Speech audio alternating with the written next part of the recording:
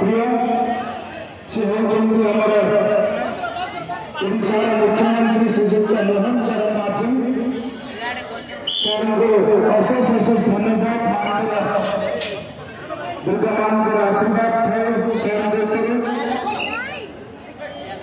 ओडिशा मुख्यमंत्री श्रीयुक्त मोहन चरण माझी के गोटे जोरदार करताली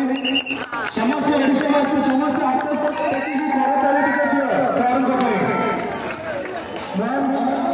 सर गोटे जोरदार करताली ओडिशा मुख्यमंत्री श्रीयुक्त मोहन चरण माझी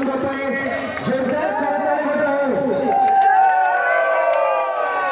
समस्त गोटे सर गोटे हरिबोल पकेबे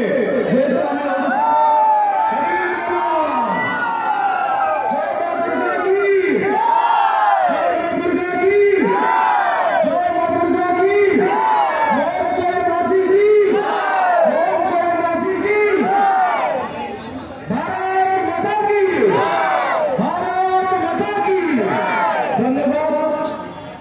समस्त हमारा प्रिय नेता जो कि मुख्यमंत्री श्रीयुक्त मोहन चरण माझी धन्यवाद देवी